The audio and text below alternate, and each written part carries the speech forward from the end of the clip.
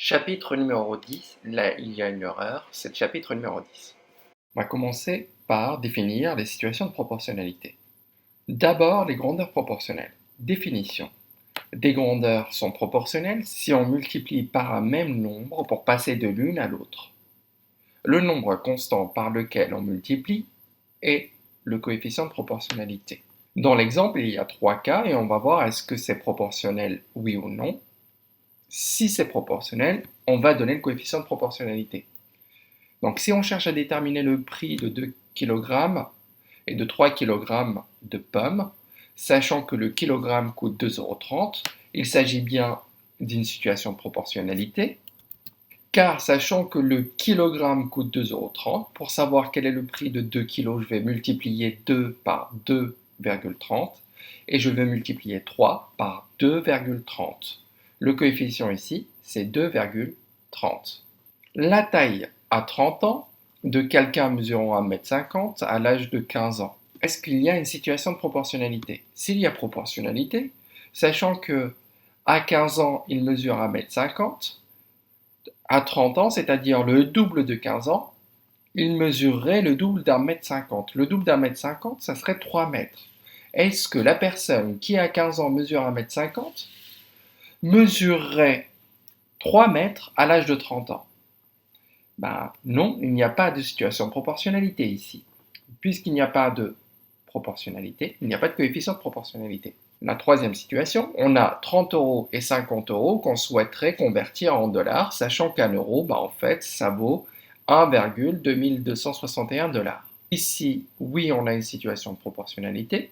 Je multiplie 30 par 1,2261 et je multiplie 50 par 1,2261 pour savoir combien cela me fait en dollars. Et ici, le coefficient, c'est 1,2261. Passons à la suite. Un tableau à 2 lignes est un tableau de proportionnalité si l'on passe de la première à la deuxième en multipliant toujours par le même nombre. Ce nombre-là, c'est le coefficient de proportionnalité. Ici, nous avons 2 tableaux et on se demande est-ce qu'on a un tableau de proportionnalité, oui ou non? Et on va voir 2 méthodes. D'abord, regardez, est-ce qu'on passe de la première à la deuxième en multipliant toujours par le même nombre? Juste un petit rappel. Je cherche un nombre qui, multiplié par 2, donne 5. Comment on trouve ce nombre-là? Comment on trouve le nombre par lequel on multiplie 2 pour trouver 5? Je mets ma barre fractionnaire, je prends 5, que je divise par 2. Donc, le nombre par lequel je multiplie 2 pour trouver 5, c'est 5 divisé par 2. Et 5 divisé par 2, ça nous donne 2,5. Pour savoir par quoi je dois multiplier 2 pour avoir 5, je prends 5, je le divise par 2. 5 divisé par 2, ça donne 2,5. Et je vais faire 7,5 divisé par 3. Ça nous donne 2,5 également.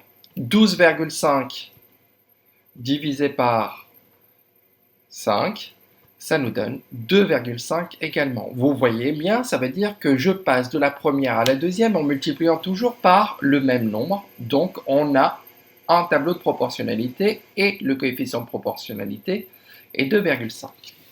Ça, c'est la première méthode. La deuxième méthode, c'est ce qu'on appelle la méthode des produits en croix.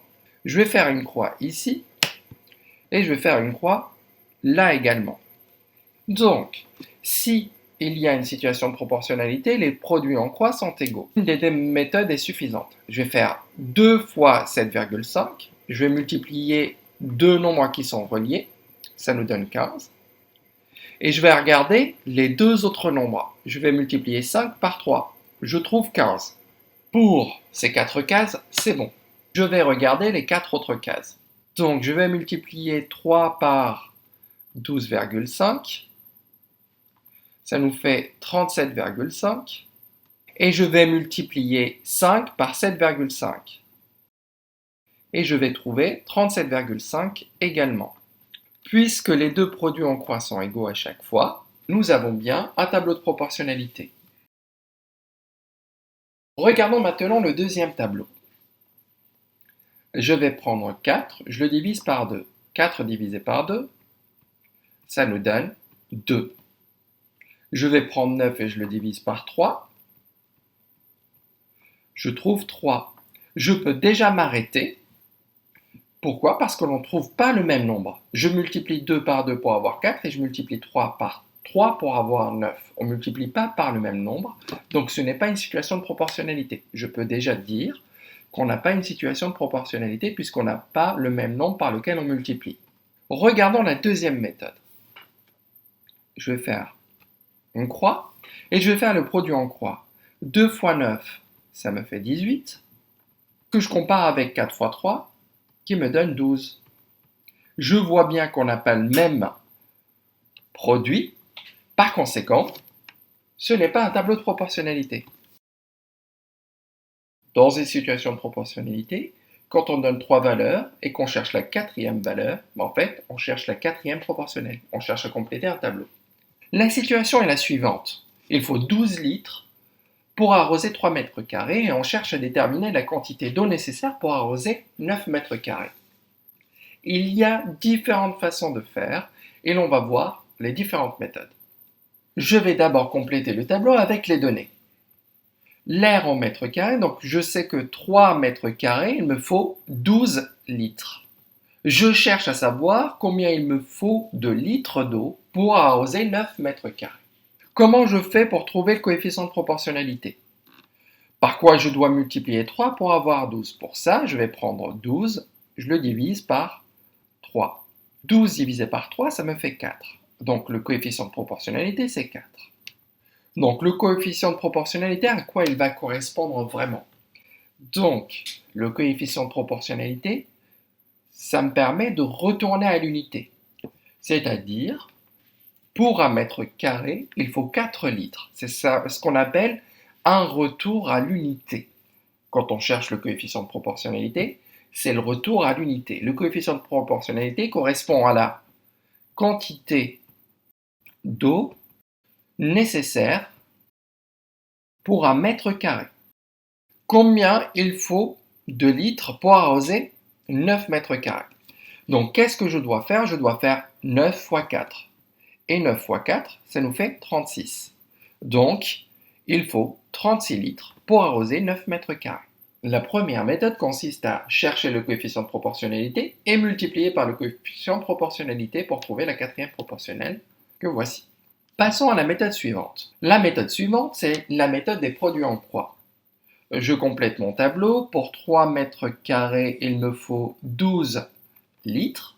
Je cherche à déterminer quelle est la quantité d'eau nécessaire pour arroser 9 mètres carrés. Je vais faire le produit en croix. Comment je fais? Je fais ma croix. Je multiplie les deux valeurs qui sont en diagonale, c'est-à-dire 9 fois 12.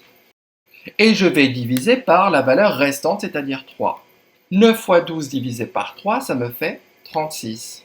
Donc il faut 36 litres pour arroser 9 mètres carrés. Peu importe la méthode, on trouve toujours le même résultat.